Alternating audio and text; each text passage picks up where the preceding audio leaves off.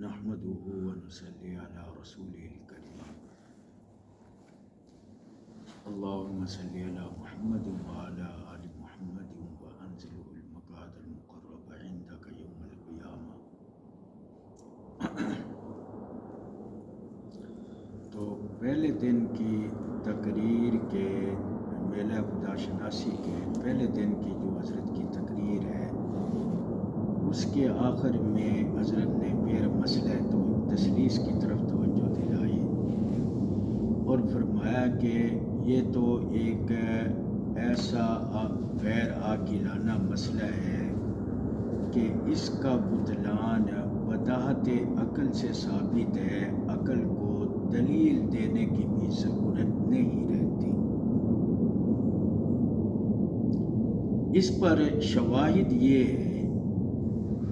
کہ بعض ایسے لوگ جو دلیل قائم کرنے پر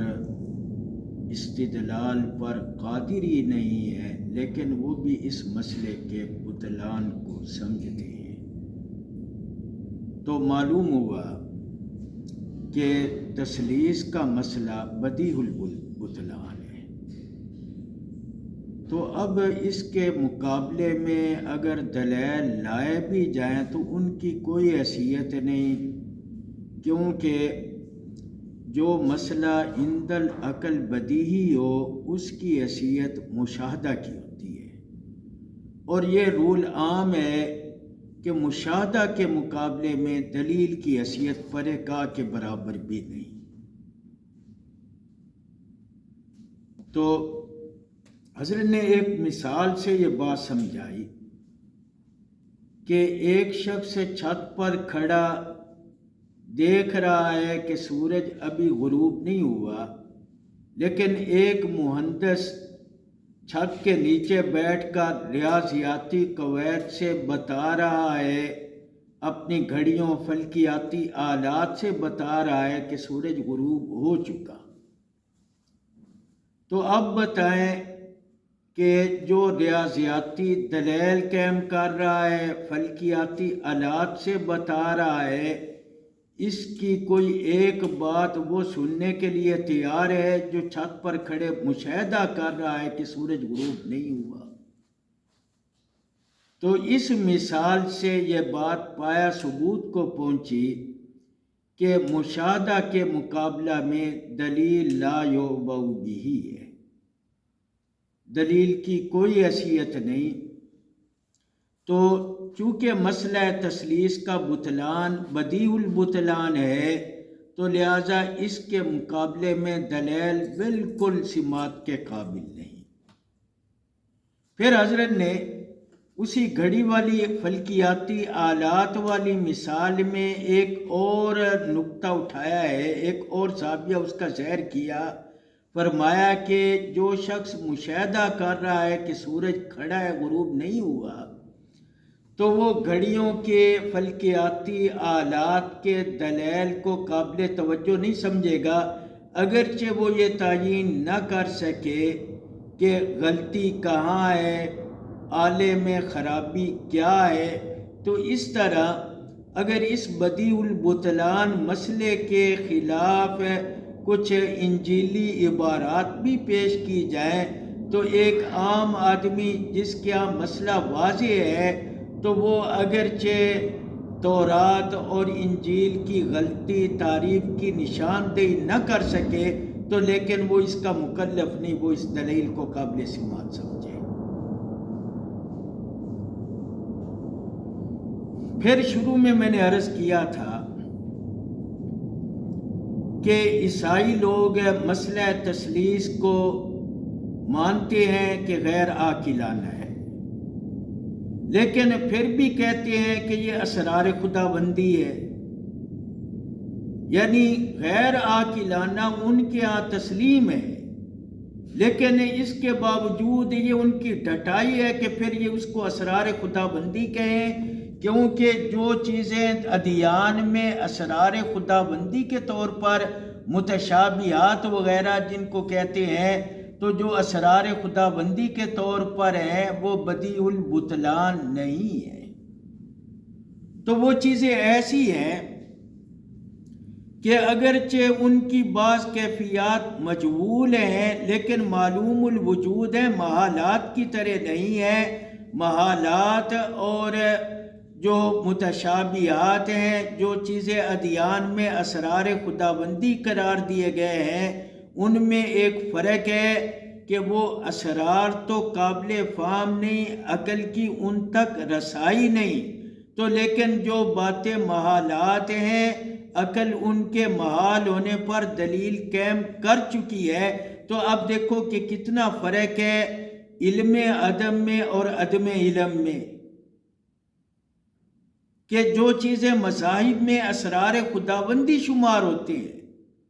ان کے بارے مذاہب کا دعویٰ یہ ہے کہ ان کا ہمیں علم نہیں،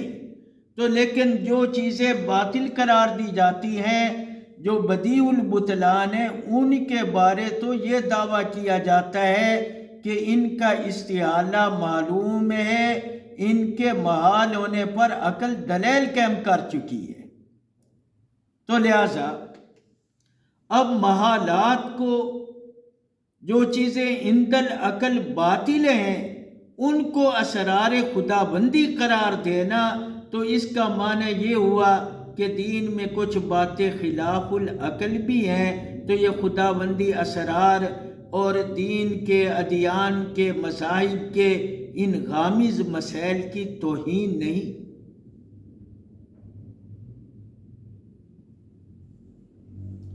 تو اس کے بعد جب حضرت کی تقریر یہاں تک پہنچی تو عیسائیوں نے، دوسرے لوگوں نے شور مچا دیا، ٹائم ختم ہو گیا۔ پھر اس کے بعد کی کارروائی میں یہ نصارہ کا عام وتیرہ رہا ہے کہ جہاں دلیل سے مات کھا جائیں گستاخیوں پر اتر آتے ہیں۔ تو ایک پادری آگے بڑھا تو اس نے ایک حوالہ دیا بائبل کا کہ حضرت عیسیٰ علیہ السلام فرماتے ہیں کہ میرے بعد جو آئیں گے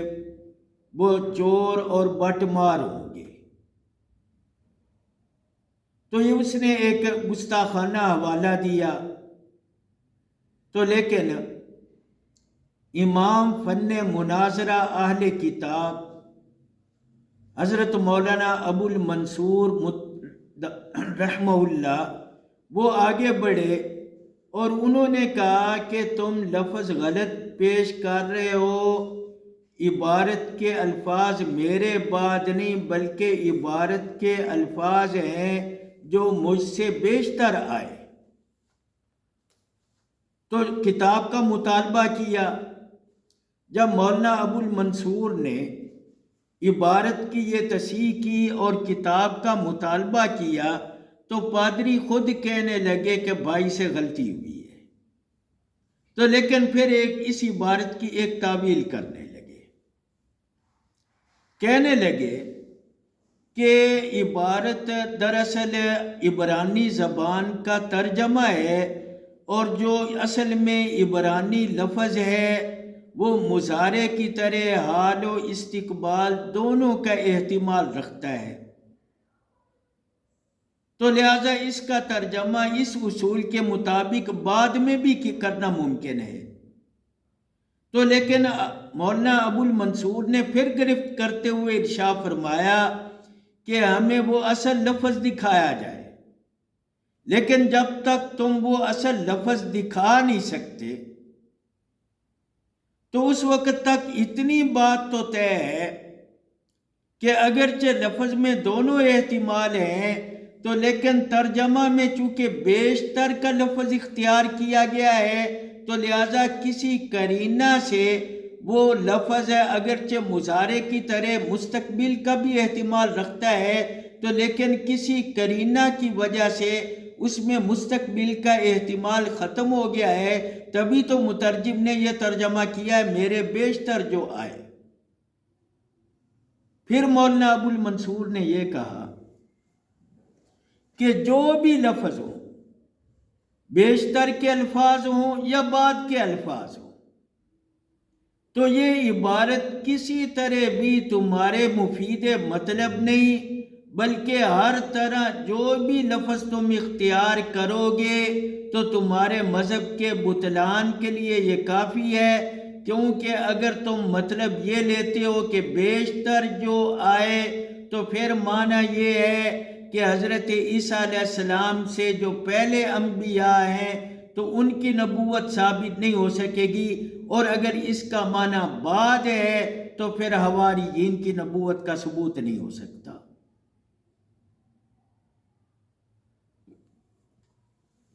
پھر اس کے بعد اگلے دن جو حضرت نے تقریر کی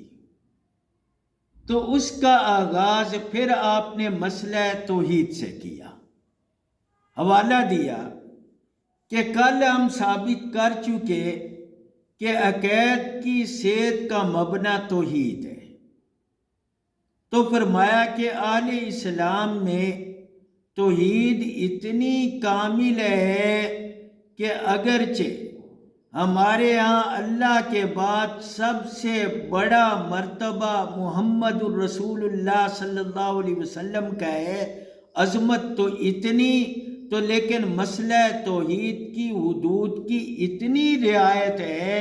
کہ عبادت میں جو سب سے کم درجہ ہے کسی کے سامنے ہاتھ باندھ کر کھڑے ہونا، تو عبادت اور تعظیم کے اس ادنا درجے کو بھی اہل اسلام محمد الرسول اللہ صلی اللہ علیہ وسلم جیسی عظیم ہستی کے لیے بھی جائز نہیں سمجھتے۔ اس کے بعد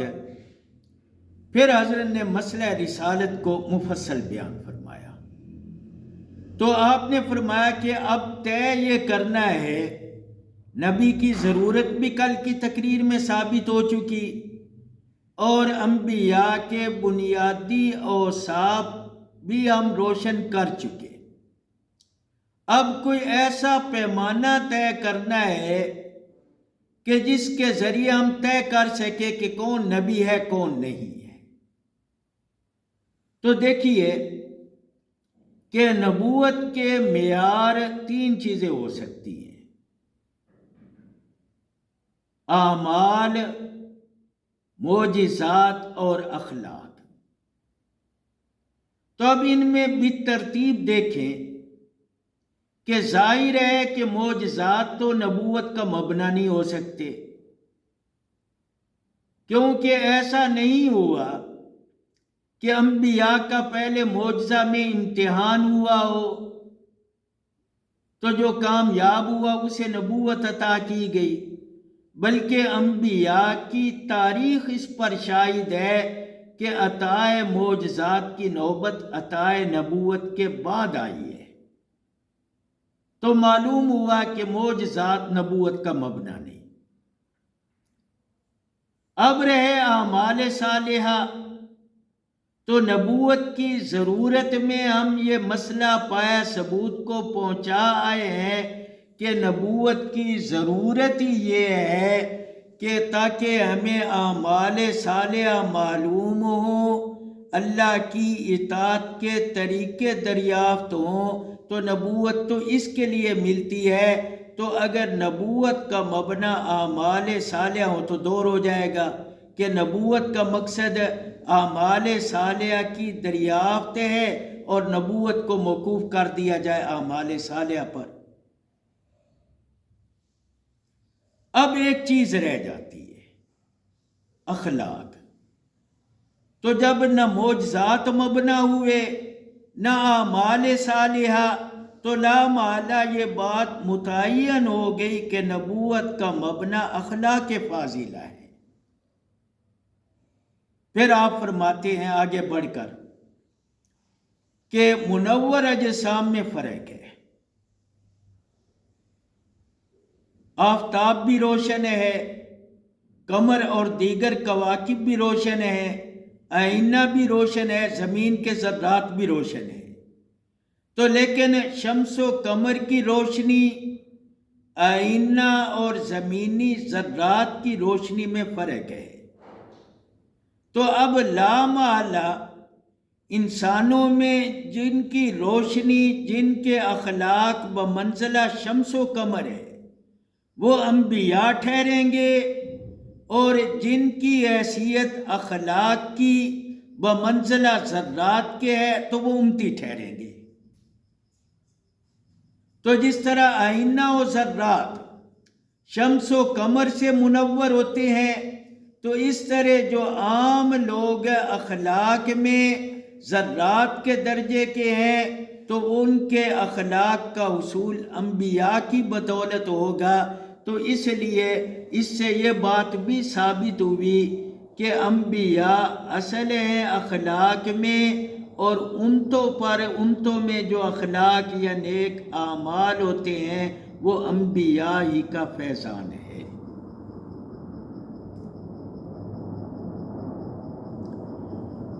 پھر اب نبوت کا مبنی طے ہو گیا، تو لہٰذا جس کے اخلاق اعلیٰ پیمانے پر ہوں اس کا پیغمبر ماننا ضروری ہوگا۔ تو آپ فرماتے ہیں کہ اگر اخلاقی معیار ہے